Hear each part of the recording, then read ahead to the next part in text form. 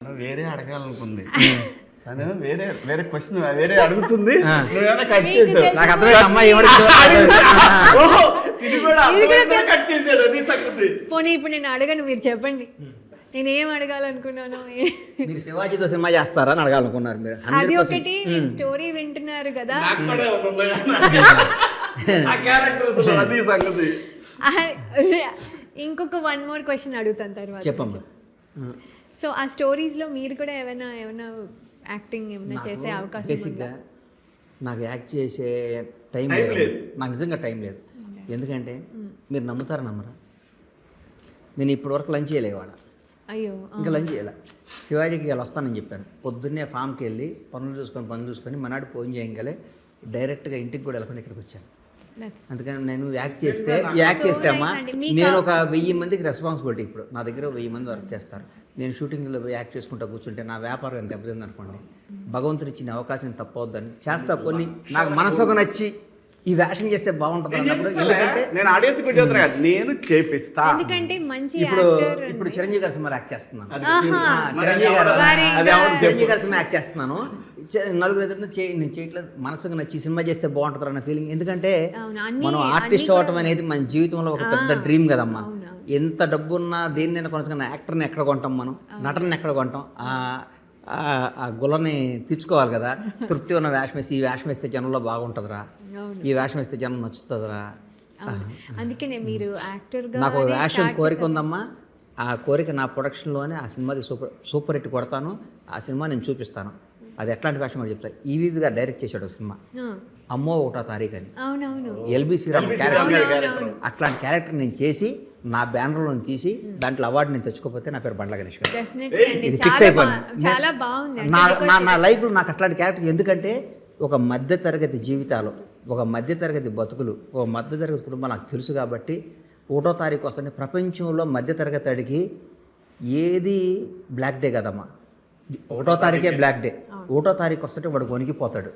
Instalment కట్టాలి, పిల్లల fee కట్టాలి, సామాను కొనాలి, పిల్లలకు కొనాలి, ఈఎంఐలు కట్టాలి. 1వ తారీఖు అంటే వాడికి ఒక భయంకరమైన రోజు. అందరికి 1వ తారీఖు ఏం అబ్బా ఫస్ట్ వస్తుంది అనుకుంటాం. కానీ 1వ తారీఖు కొద్ది మధ్యతరగతి జీవితాలకి భయంకరమైన బ్యాడ్ డే.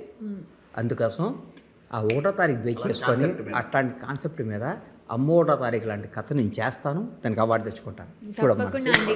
ఇది మాకు హ్యాపీగా ఉంది వినడానికి. ఎందుకంటే మీరు యాక్టర్గా మాకు అలాగా పరిచయం, అండ్ తర్వాత స్టార్ ప్రొడ్యూసర్ అయినా కూడా ఆ యాక్టర్ ఎక్కడో లోపల ఉన్నారు. సో మాకు అప్పుడప్పుడు కనిపిస్తున్నా బాగుంటుంది. రెగ్యులర్గా మీరు చేయలేకపోయినా కనిపించాడు. మిలియన్ వ్యూస్ అమ్మా అది సాంగ్.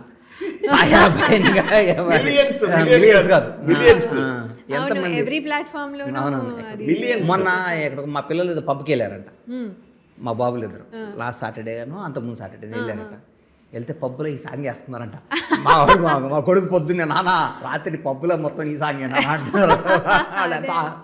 బాగుంది. మీరు కూడా చాలా యాక్టివ్గా అంటే మీదే కదా మొత్తం సాంగ్, మీరే మొత్తం కనిపిస్తున్నారు. శివాజీకి వాళ్ళ అబ్బాయికి థ్యాంక్స్ చెప్పాలి. వాడికి నేను ఐడియా రావడం గ్రేట్ కదా. అవునండి, బుడ్డాడికి నాకు. కానీ మీరు ఒప్పుకోవడం, అవును, కానీ మీరు ఒప్పుకోవడం కూడా మాకు నాకు. నేను శివాజీ కోసం ఏమైనా చేస్తాను. నా స్నేహితుడి కోసం శివాజీ అన్న నువ్వు నాకు ఇది చేస్తే నాకు ఇది ఉపయోగం అంటే అర్ధరాత్రి వచ్చి ఒక ఫోన్ కాల్ వేలో అర్ధరాత్రి చేసి అన్న నాకు ఇది కావాలంటే అది అయిపోద్ది అంతే. వాడు దేనికోసం అడిగాడని కూడా ఆలోచించను, ఎంత అడిగాడని ఆలోచించను. ఏదైనా అవుట్ ఆఫ్ ది వే వెళ్ళి శివాజీ కోసం నేను చేస్తానండి. నాకు శివాజీ అంటే నాకు అంత ఇష్టం. శివాజీ అంటే నాకు అంత ప్రాణం. శివాజీ బాగుండాలని కోరుకునే మొదట అసలు ఫస్ట్లో నేను ఉంటా. శివాజీ కోసం ఏమైనా చేస్తా. అర్ధరాత్రి నిలబడి నాకు ఇష్టం. నేను అన్నని నేను తను ఉండే ఎన్విరాన్మెంట్ హ్యాపీగా ఉంటేనే నేను అన్నని పిలుస్తాను. లేకపోతే ఎందుకంటున్నానంటే మనకు మనిషి గౌరవిస్తున్నానంటే దాన్ని కాపాడుకోవడానికి ప్రయత్నం చేయాలి. తప్ప దాన్ని ఎక్స్ప్లాయిట్ చేయడానికి నెవర్ అన్న ఇది చాలా థ్యాంక్స్ అన్న, ఇంతటితో అయిపోయింది. ఇది ఇంకొకటి మాత్రం రిలీజ్ డేట్ ఒక్కటి చెప్పేద్దామన్న. సాంప్రదాయని సుప్పుని శుద్ధపూసని March 5th నాడు ప్రీమియర్స్ అందరూ వచ్చి చూడండి. 6వ తారీఖు నాడు సూపర్ హిట్ రివ్యూస్తో సినిమా స్టార్ట్ అవుతుంది. ఇది సినిమా సూపర్ హిట్ అవుద్ది. తెలుగు ఇండస్ట్రీకి శివాజీ నుంచి వస్తున్న ఇంకో బ్లాక్ బస్టర్ సినిమా.